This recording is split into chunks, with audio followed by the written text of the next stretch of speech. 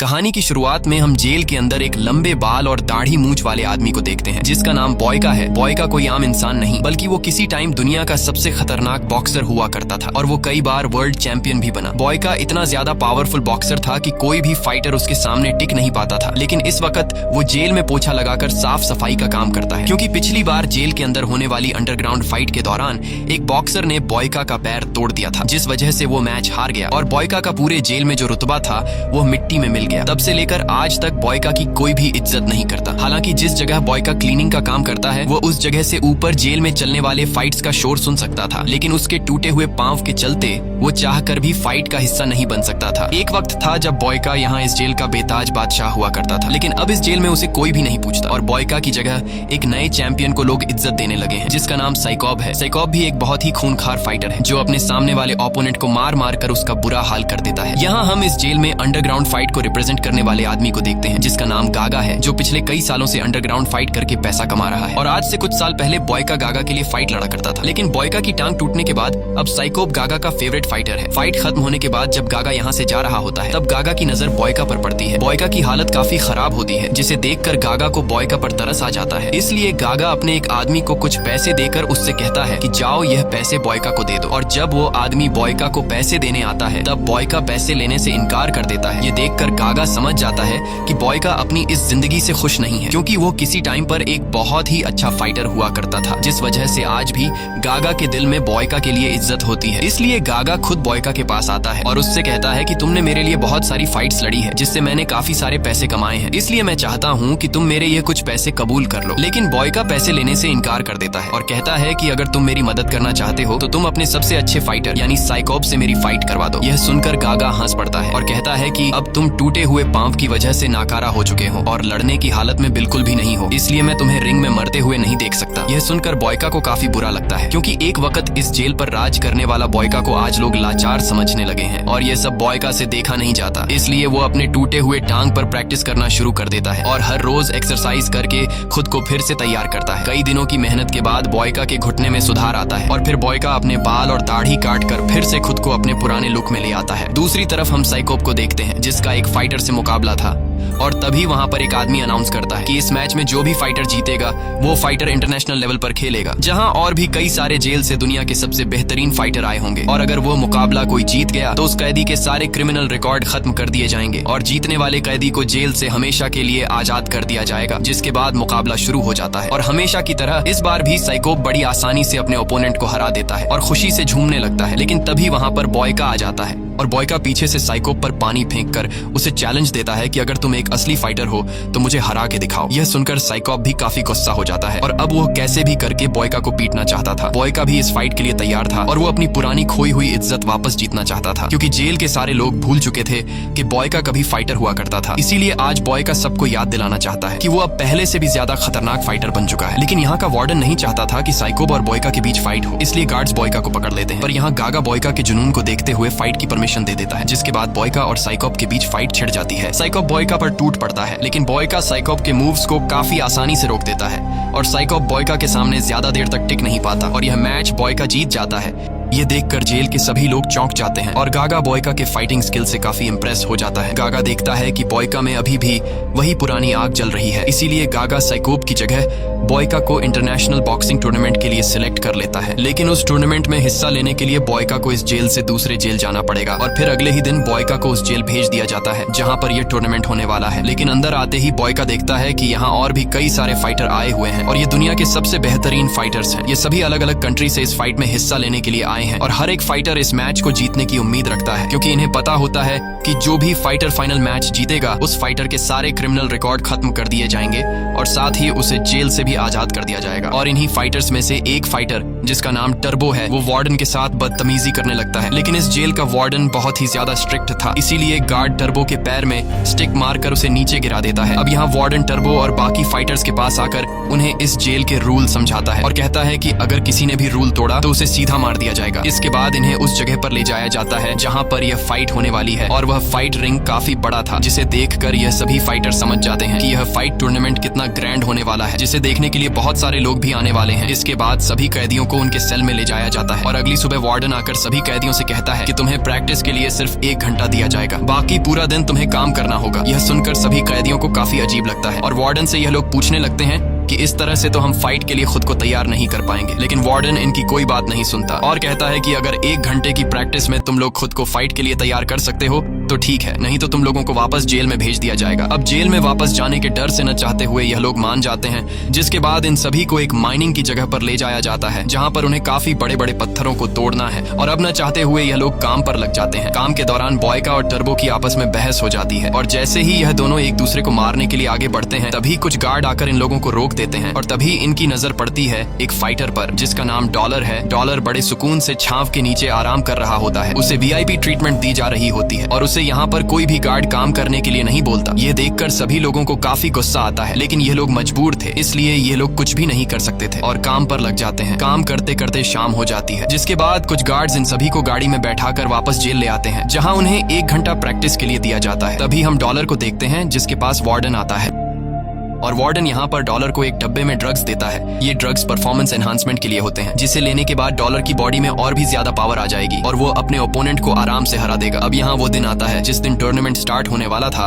और पूरे दुनिया में सट्टेबाजी होना शुरू हो जाती है, जहाँ पर सभी लोग अपने फेवरेट फाइटर्स पर पैसा लगाने लगते हैं। जिसके बाद पहली फाइट शुरू हो जाती है। यहाँ हम पहले फाइटर को देखते हैं जिसका नाम सिल्वा है। सिल्वा एक बहुत ही अच्छा फाइटर है जो अपने अच्छे फाइटिंग स्किल्स की वजह से अपने ओपोनेंट को बहुत ही जल्दी हरा देता है और सिल्वा ये मैच जीत जाता है, जिसका मतलब कि सिल्वा सेमीफाइनल के लिए क्वालिफाई कर गया है। इसके बाद दूसरी फाइट होती है टर्बो की और यहाँ हम टर्बो की फाइटिंग के अंदाज को देखकर समझ जाते हैं कि टर्बो कोई कच्चा खिलाड़ी नहीं है। टर्बो अपने ओपोनेंट से बहुत ही तेजी से फाइट कर रहा होता है, जिससे उस दूसरे फाइटर को टर्बो पर वार करने का मौका ही नहीं मिलता और टर्बो उस फाइटर को हराकर सेमीफाइनल के लिए क्वालिफाई कर देता है। अब तीसरी फाइट होती है बॉयका की और उसका ओपोनेंट फ्रांस का बेहतरीन फाइटर डुपॉन होता है। अब जैसे ही फाइट की शुरुआत होती है तब डुपॉन बॉयका पर हमला कर देता है, लेकिन बॉयका बड़ी आसानी से डुपॉन के पंचेस से खुद को बचाता है और काफी देर तक लड़ने के बाद बॉयका जब समझ जाता है कि डुपॉन थक चुका है तब बॉयका उस पर हमला कर देता है और बॉयका भी डुपॉन को हराकर सेमीफाइनल में पहुंच जाता है। बॉयका के इस मैच को पुराने जेल में उसके साथ ही देख रहे होते हैं जिस जेल में बॉयका ने कभी अपना राज चलाया था और बॉयका का मैच जीतते हुए देखकर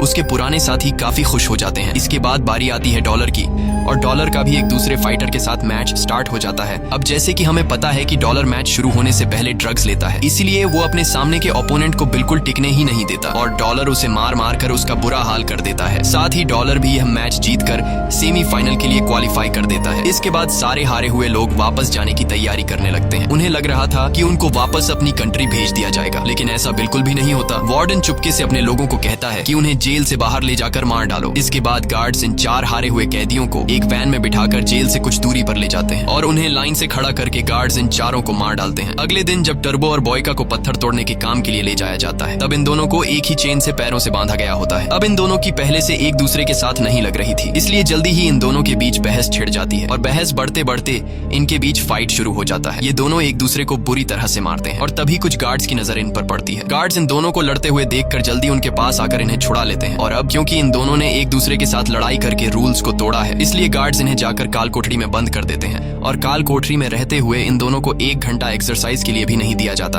अब जाकर इन दोनों को अपनी गलती का एहसास होता है और ये दोनों एक दूसरे के साथ बातें करने लगते हैं कि हमें आपस में नहीं लड़ना चाहिए। ये दोनों इस बात को समझ जाते हैं कि वार्डन हम दोनों को आपस में लड़ाकर कमजोर करना चाहता है, क्योंकि हमारा मुकाबला डॉलर के साथ होने वाला है, इसलिए हम दोनों को आपस में लड़ने के बजाय डॉलर के साथ लड़ने की तैयारी करनी चाहिए। अगले दिन गागा और टर्बो का मैनेजर इन दोनों से मिलने आते हैं।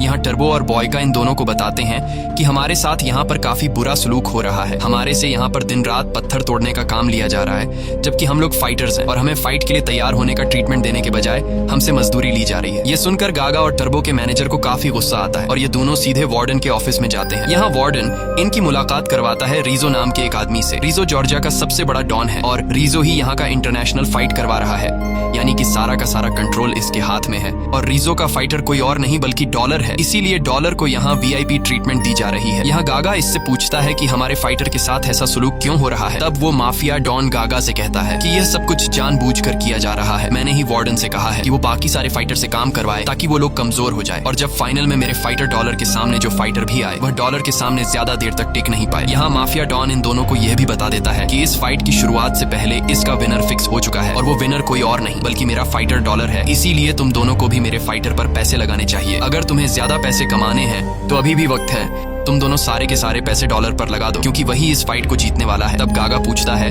कि हमारे फाइटर्स का क्या होगा, जिस पर माफिया डॉन कहता है कि अपने फाइटर्स को छोड़ो और जो पैसे तुम्हारे पास आने वाले हैं उसके बारे में सोचो। अब ये दोनों ज्यादा पैसा कमाने के लालच में अपने फाइटर्स को मौत के मुंह में छोड़कर माफिया डॉन के साथ हाथ मिला लेते हैं। वहीं दूसरी तरफ हमें बॉयका और टर्बो को दिखाया जाता है, जो धीरे धीरे एक दूसरे के साथ अच्छे से बात करने लगते हैं और अपना ज्यादातर वक्त एक दूसरे के साथ बिताने लगते हैं। इन दोनों को समझ आ चुका होता है कि हम दोनों को जानबूझकर ज्यादा टाइम प्रैक्टिस के लिए नहीं दिया जा रहा, क्योंकि अगर हमें प्रैक्टिस के लिए ज्यादा टाइम दिया गया तो हम मैच में डॉलर पर भारी पड़ सकते हैं। इसलिए ये दोनों प्लान बनाते हैं कि जब इन्हें माइनिंग के काम के लिए ले जाया जाएगा वहीं पर ये दोनों प्रैक्टिस किया करेंगे। और अब प्लान के मुताबिक जब भी इन दोनों को माइनिंग की जगह पर काम के लिए ले जाया जाता है तब ये दोनों वहां पर पत्थर भी उठाते हैं और साथ में प्रैक्टिस भी करते हैं। लेकिन प्रैक्टिस के दौरान जब बॉयका एक पत्थर उठा रहा होता है तो फिर से उसके घुटने में दर्द होता है और टर्बो इस चीज को देख लेता है, जिसके बाद टर्बो उसे कुछ जड़ी बूटियां देकर कहता है कि इसे अपने घुटने पर लगा लेना, जिससे तुम्हारा घुटना जल्द ही ठीक हो जाएगा। बॉयका टर्बो की इस सजेशन से काफी खुश हो जाता है। यहाँ हम देखते हैं कि अब इन दोनों के बीच कहीं ना कहीं दोस्ती होना शुरू हो गई है। ये दोनों साथ बैठकर खाना खाते हैं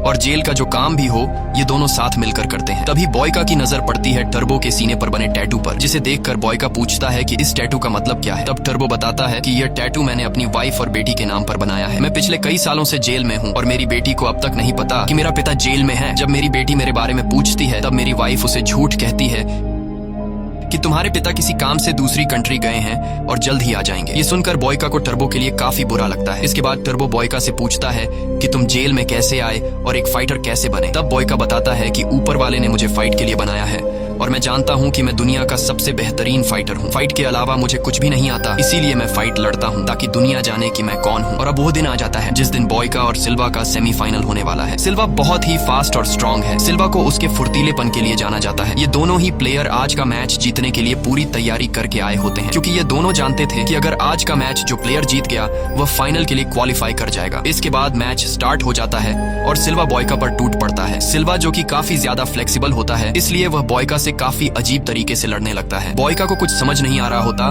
कि सिल्वा पर कैसे हमला किया जाए, क्योंकि बॉयका जब भी उस पर वार करता है तब सिल्वा अपनी फ्लेक्सिबिलिटी से खुद को बचा लेता है। इस दौरान बॉयका के टांग में फिर से दर्द होना शुरू हो जाता है, जिससे ऊपर खड़ा डॉलर नोटिस कर लेता है। बॉयका को कुछ समझ नहीं आता कि वह सिल्वा को कैसे हराए, लेकिन बॉयका की सबसे बड़ी खासियत यही है कि वह पहले प्लेयर के मूव को समझता है और जब वह समझ जाता है कि सामने वाला प्लेयर किस तरीके से लड़ रहा है तब बॉयका अपनी चाल बदल लेता है और वह सिल्वा पर टूट पड़ता है और बॉयका उसे मार मार कर उसका बुरा हाल कर देता है। लेकिन इतना मार खाने के बावजूद भी सिल्वा हार मानने को तैयार नहीं था और वह काफी घायल हालत में बॉयका का मुकाबला करता है। लेकिन जब सिल्वा उस पर वार करने की कोशिश करता है तब सिल्वा उल्टा बॉयका से मार ही खाता है और एक वक्त ऐसा आता है जब बॉयका यहाँ पर सिल्वा को हरा देता है और अब सिल्वा को हराने के बाद बॉयका पहुंच जाता है फाइनल में। बॉयका को फाइनल में जाता देखकर वहां पर मौजूद कैदी काफी खुश होते हैं, लेकिन माफिया डॉन रीजो की मुसीबत बढ़ने लगती है, क्योंकि बॉयका को सिर्फ 1 घंटा प्रैक्टिस देने के बावजूद भी उसने एक बहुत ही अच्छे फाइटर सिल्वा को हरा दिया। ये देखकर माफिया डॉन काफी परेशान हो जाता है,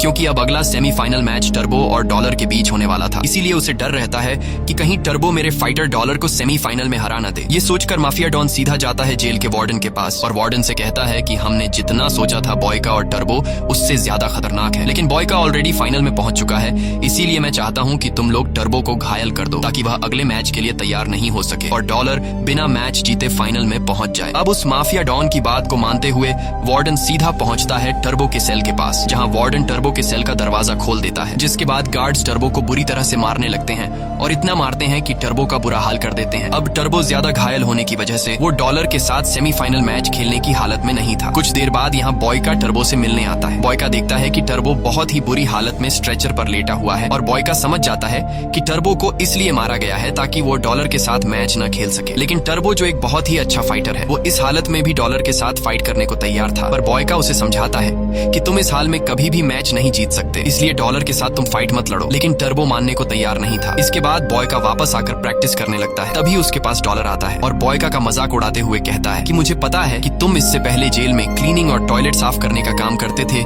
इसलिए एक साफ सफाई करने वाला मेरा कभी भी मुकाबला नहीं कर सकता। यहाँ बॉयका को गुस्सा तो काफी आ जाता है, लेकिन फिर वो अपने गुस्सा पर काबू पाते हुए कहता है कि यह तो फाइट रिंग में पता चलेगा कि मैं मैं तुम्हारा मुकाबला कर सकता हूँ या फिर नहीं। अगली सुबह इन्हें फिर से पत्थर तोड़ने के काम पर लगा दिया जाता है। यहाँ बॉयका देखता है कि टर्बो की हालत खराब है और बॉयका को पता चलता है कि टर्बो कभी फौज में हुआ करता था। ये पता चलते ही बॉयका टर्बो से कहता है कि तुम यहाँ से आसानी से भाग सकते हो क्योंकि तुम एक फौजी रह चुके हो। अगर तुम यहाँ से नहीं भागे तो यह लोग तुम्हें मार देंगे। लेकिन टर्बो यहाँ से भागने से इनकार कर देता है। वो कहता है कि मैं पीठ दिखाकर भागना नहीं चाहता। मुझे खुद पर पूरा यकीन है कि मैं इस हालत में भी डॉलर को हरा सकता हूँ और अगर मैं हार भी गया तो मुझे वापस जेल भेज दिया जाएगा। यह सुनकर पास खड़ा एक कैदी बताता है कि तुम्हें पता भी है कि यहाँ लोगों के साथ क्या हो रहा है। यहाँ मैच हारने के बाद फाइटर्स को वापस जेल ले जाने के बहाने जेल से बाहर ले जाया जाता है और फिर उन्हें मार दिया जाता है। ये सुनकर टर्बो घबरा जाता है क्योंकि टर्बो की वाइफ और उसकी बेटी उसका इंतजार कर रही है, इसलिए टर्बो यहाँ से भागने के लिए मान जाता है। अब यहाँ जिस चेन से इन दोनों को बांधा गया था, बॉयका एक हथौड़ा उठाकर उस चेन को तोड़ने लगता है, लेकिन ऐसा करते हुए गार्ड्स इन्हें देख लेते हैं और गार्ड्स दौड़कर इनके पास आते हैं। जिसके बाद टर्बो और बॉयका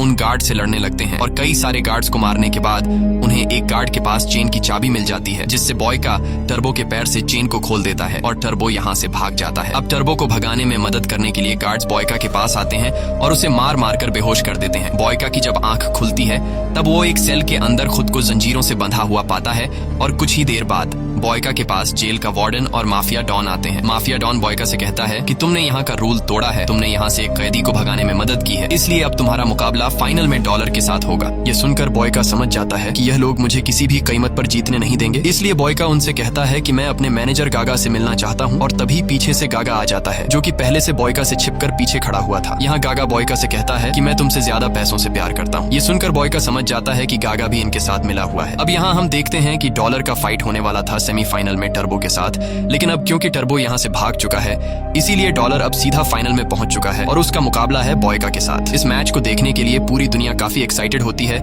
इसीलिए हर जगह लोग अपने फेवरेट प्लेयर पर पैसे लगा रहे होते हैं। लेकिन यहाँ के जो बड़े लेवल के जुआरी हैं उन सभी ने डॉलर पर पैसा लगाया है क्योंकि उन्हें पहले से पता है कि ये मैच फिक्स है और ये मैच डॉलर जीतेगा। अब यहाँ फाइनली इस मैच की शुरुआत हो जाती है और यहाँ पर डॉलर अपना असली कमाल दिखाता है और काफी फुर्ती से बॉयका से लड़ने लगता है। बॉयका डॉलर के फाइटिंग स्टाइल को देखकर हैरान रह जाता है और सोचने लगता है कि कोई फाइटर इतना तेज कैसे हो सकता है। लेकिन हमें तो पता है कि डॉलर एक तो अच्छा फाइटर है और ऊपर से उसने ड्रग्स ली है, जिस वजह से वो काफी ज्यादा पावरफुल हो गया है, इसलिए वो बॉयका को बुरी तरह से पीटने लगता है। यहाँ जब भी बॉयका उस पर हमला करता है तो डॉलर बड़ी आसानी से खुद को बचा लेता है। अब यहाँ काफी देर तक लड़ने के बाद बॉयका धीरे धीरे डॉलर के मूव्स को समझने लगता है और थोड़ी देर के बाद बॉयका डॉलर के सारे फाइटिंग टेक्निक को समझ जाता है, इसलिए अब बॉयका डॉलर के साथ उसी टेक्निक से लड़ने लगता है जिस टेक्निक से डॉलर बॉयका के साथ लड़ रहा था। और देखते ही देखते बॉयका डॉलर पर भारी पड़ने लगता है। डॉलर जब समझ जाता है कि बॉयका मुझ पर भारी पड़ रहा है तब डॉलर बॉयका के कमजोर पार्ट्स पर अटैक करता है, क्योंकि डॉलर को पहले से पता था कि बॉयका का घुटना टूटा हुआ है, इसीलिए वो बॉयका के घुटने पर वार करने लगता है, जिससे बॉयका को काफी तकलीफ होने लगती है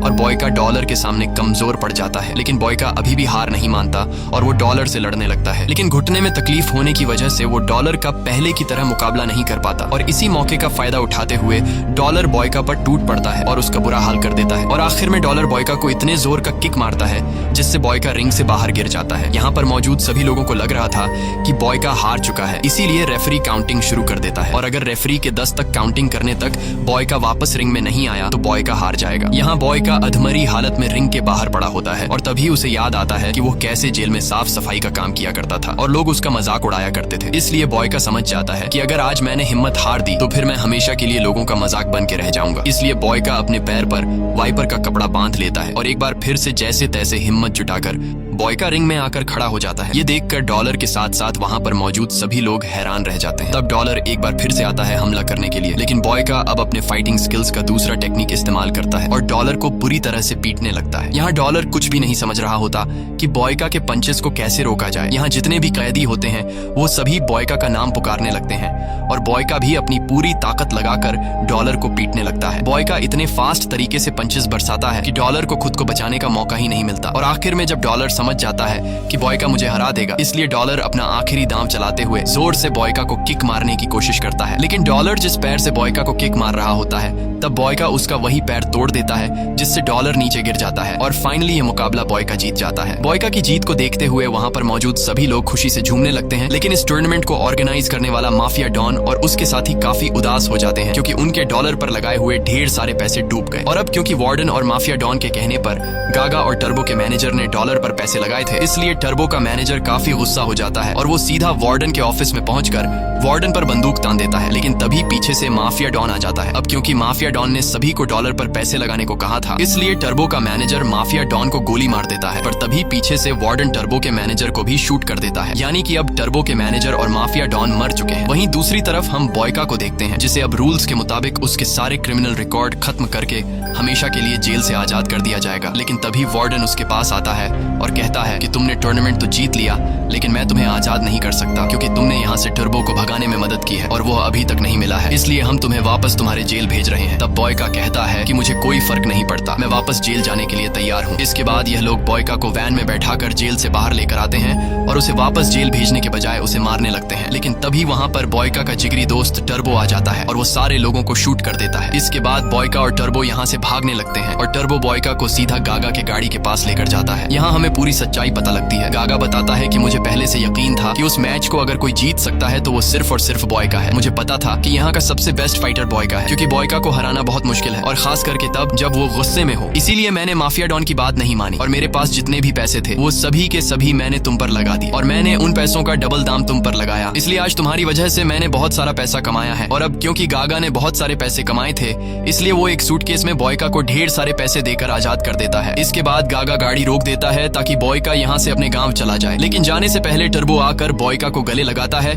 और टर्बो बॉयका का शुक्रिया अदा करता है क्योंकि उसकी वजह से आज वो जिंदा है। साथ ही टर्बो कहता है कि आने वाले दिनों में हो सकता है कि हम दोनों के बीच फाइट का एक मैच हो ताकि पता चल सके कि हम दोनों में से कौन बेहतर फाइटर है। ये कहकर टर्बो गाड़ी में बैठ जाता है और गागा के साथ जाने लगता है और बॉयका भी हाथ में पैसों से भरा हुआ सूटकेस लेकर अपने गांव की तरफ निकल पड़ता है। यहाँ हम देखते हैं कि बॉयका के चेहरे पर काफी खुशी होती है। इसी के साथ ये कहानी खत्म हो जाती है। अगर आपको यह वीडियो अच्छी लगी हो तो हमारे चैनल को सब्सक्राइब और वीडियो को लाइक जरूर कीजिएगा।